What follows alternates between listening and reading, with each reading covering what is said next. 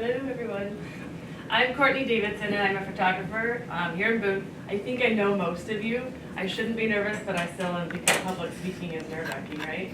So we started this project last year when I came in to present to the class. I had the idea for a project called Breaking Barriers. And at that time, we didn't really know where it was going to go or what it was going to lead to. But it turned out to be this amazing thing that not only helped me, it helped all the students that I work with share their story, get past what they were working through in their life. It also helped me get past some things that I was working through in my life. Some of the things I wasn't really even aware of that were going on with me that were making things difficult. So I think you probably all can relate once I get done with this story and tell you just a little bit more about myself and the project that I have for you guys to do. This starts off, it says, sometimes the hardest things can lead to the most beautiful story. That's a picture of me, my daughter Maddie, which most of you know her. She's a sophomore here at the high school, and then my son Sam, who was 6 at that time. This picture was taken on a beach vacation that we planned to celebrate his 1 year past cancer story. He was cancer-free for 1 year, and so we decided to take a trip to celebrate. And so I hired a photographer, which I've never done because that's what I do. And so that's just a celebration of that. My story didn't start 6 years ago when this happened though. Growing up, my father had a disease, type 1 diabetes, and struggled with that his entire life. And when I was 15 years old, he ultimately lost that battle and he passed away from the disease. That was something I carried with me. My mom raised us as a single mom, and she taught me the value of hard work, good work ethics, and I like to think that that has carried through with me today as I own my own business here in Boone. I'm going to read a little bit of the story. Actually, I'm going to talk about Sam for just a second. So fast forward then, my husband and I have been married almost 20 years. Sam was 4 at the time of his diagnosis. This was 6-ish years ago, and he was one of the first patients at the University of Iowa Stead Family Children's Hospital. It was still opening when he was ambulanced there with a brain tumor. It was one of the largest that the doctors had ever seen at that time. He went through a 14-ish hour surgery to remove it. It was 100% successful, but he did have to have chemo and radiation. So we spent the good majority of 2017 living in Iowa City and Rochester, Minnesota, while he had his treatments done. The significance of Sam's story is that he was one of the first kids to do the wave in Iowa City. So we all know the college football tradition that goes on these days, but he was one of the first kiddos to do it on that Saturday in September in 2017. This was him then, little tiny Sam, with his feeding tube, and then this was last fall we went down to do a 5-year celebration, and he got to wave back up at the kids. So that was a huge feat for him. He's doing wonderful. He's a little brat these days. Runs around, he's cancer-free. He's in 4th grade at Franklin Elementary here in Boone. But with that story brought some struggles that were very personal to me, but after realizing what we had gone through, I thought maybe there's more people out there struggling with things and barriers in their lives that they don't know how to deal with. So I'm going to read a social media post that I did last year after this project launched that was in conjunction with, I don't know, was there 10 middle school students, I think, that worked with me. They shared their stories. We had a fun picture day where I got their photo with the people that they had interviewed for their story. And it was all about breaking barriers. They interviewed a person in the community that had a barrier. They wrote a story about it. We took their picture. And in doing so, I think it helped everybody involved. Here's a little bit from my excerpt that I shared. Let me see. Sometimes the happy and pretty we see on social media isn't always accurate. For the past few years, I have kept going. I have kept working and I have kept living, sharing and posting. But over the course of this past year or so, I have been struggling behind all of the perceived happy with some real guilt, grief, and many emotions that I have carried through my life. This past fall and winter, and mind you, this was about 6 months ago when I wrote this, it really hit me head on. What have I been doing, and who am I kidding? Why am I hiding and I am running from my feelings? I was literally paralyzed in my own hot mess of emotions, and I had hit a breaking point that I knew I needed to face my fears head on and deal with the emotional roller coaster I had been dealt. Over the course of our lives, we all have many things happen that shape who we are today. While I am about to share a few of the major events that have really shaped the person I am at this very moment today, please don't feel bad for me. I've always said that what doesn't kill you makes you stronger, and I really truly believe that. Like I said before, I grew up watching my father struggle with type 1 diabetes. He ultimately lost that battle when I was 15. We don't need to go over that part. Okay. When my family all resumed and we tried to go back to normal, I carried with me this drive that I had to succeed. Oh, let me go back one sentence here. So with my father, with Sam, all that stuff, then I talked a little bit about 2020 hit. We all remember what that was like. During that time, because I was self-employed, I stopped working because we were told by our government that it wasn't safe to do so. When we all resumed our lives and we tried to go back to normal, I carried with me this drive that I had to succeed. I had to prove to myself that I was stronger and bigger than this pandemic, so I kept going. I kept working, I kept doing and trying to be this amazing person, all while I was totally broken inside. See, I was carrying this grief inside of me for the loss of my father. During that time, I had also lost a few grandparents that I was grieving. I was carrying the guilt that my son had a horrible disease, and maybe I could have done something to prevent it.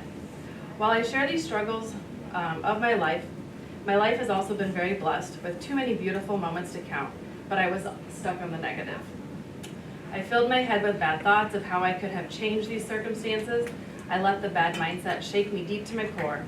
I stopped posting, I stopped sharing everything that I thought was beautiful and good because I was paralyzed by fear. Fear that I wasn't good enough, fear that I wasn't measuring up, and fear that I wasn't perfect. While I don't know that you ever forget things like this, I do firmly believe that God always allows circumstances in our lives to happen so that we can grow stronger in our faith and we can ultimately glorify Him in everything that we do. 15 years ago, I became a photographer because I thought life was truly beautiful and I wanted to capture everything about it through my lens. I wanted to share with everyone everything that I saw and so they could see it from my perspective. Prayerfully, and with the encouragement of some amazing friends, my husband and my family, I have come into this new season of my life with a very new focus. I no longer have a reason to be scared of what the future has in store for me because I know that God's in control of this for me and my life. I don't have to be perfect. I don't have to post everything perfect. I don't have to look perfect. I don't have to act perfect or be a model of perfection in all that I do. I want to strive to be a light to others. I want to encourage anyone else that may be struggling. I know that I do not need to share this, but I want to share this in hopes that anyone who hears this and might read my story might be able to relate. They will feel empowered, and I can encourage you that you're not alone. People do have real stories, and they have real struggles, and they have challenges. So by getting to know them, we can all work through these together. Let me see. So then I shared the following post or whatever. This is a story of Rex and his uncle John, who was paralyzed by I believe it was a horse accident, if I'm remembering correctly. And so we talked with him and about how he's overcome his struggles, and although he's paralyzed, he is still living a very fulfilling life. This is Lily. Lily shared her story of being abused by by caregivers in the home that she was in. She was brave enough to go to the police and get help and overcame that, and now lives in a new home, a new community, and is thriving and doing wonderful. This is Hallie and Mr. Monroe. Mr. Monroe was a teacher at the Boone Middle School and shared some struggles of, I believe it was more depression, fear, anxiety, after a series of his mother passing away, going through college, trying to start a new job, and some issues that he was suffering with, and now he's thriving and doing well. So Hallie shared his story. And that was the last. If you visit my social media page on Facebook, Creative Cousins Photography, I have shared all of these stories of the middle schoolers that we did last year. There's some pretty amazing stories if anyone would ever like to take the time to read them. so the whole idea and the goal of this project is to continue working with students. We've already partnered with the middle school again this year, and we'll be executing this project again with a whole new group of students. As far as the EDGE program goes, anyone who would like to work with me on this, they have a story to share about themselves or someone they know. The whole idea behind this is to get to know people in a different way and not just see them on how we might think they live their lives based on what social media says or what you perceive at school or in the community, but truly getting to know people, you'll learn that they have stories to share and that we have some pretty amazing people in this world. So, yeah. Anyone has any questions? I'm happy to take some. They're all busy writing. Yes.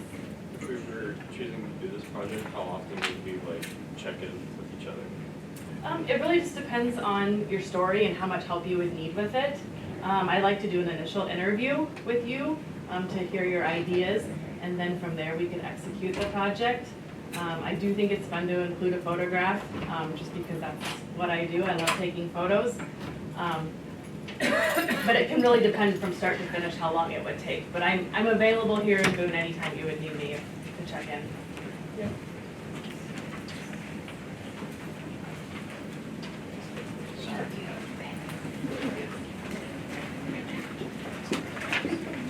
How are you? Good, how are you? Good.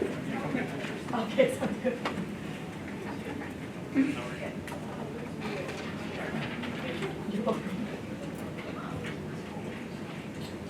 So who is your audience? Like, who are you trying to appeal to? I think mostly students and kids.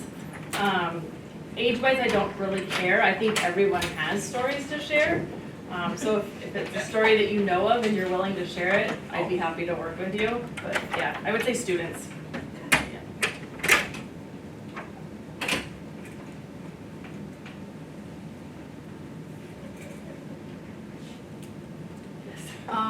So like, are you like wanting us to like share like our story with you, or are you wanting us to like help you like at the middle school with getting like the project done?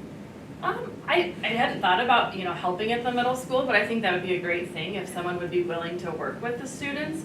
Right now, they do have 2 teachers, Okay. And then myself, so depending on the students and the stories, if you have a story that you'd love to share, whether it be your own or someone you know, I think all of that is great. Okay. The whole idea of this project came, Lindsay Hyman and I were talking, I think it was a year or so ago, and there's a Facebook page, I believe, and is it called like the Faces of New York or something like that? And it kind of started after COVID and the pandemic when we all got away from seeing each other.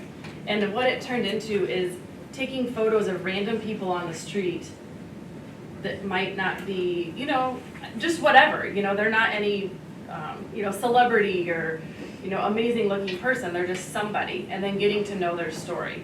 I know Gracie, she plays volleyball, but I know there's a lot more to her story than that she plays volleyball. And so let's really get to know people, who they are, and what they have to offer, all of us, I think, yeah. We started a story last year with a couple EDGE students or whatever, just because the timing wasn't able to be executed completely. But this particular student interviewed just someone she knew in the community that had a story, and that's what she chose to do. Okay, all right. Any other questions? No?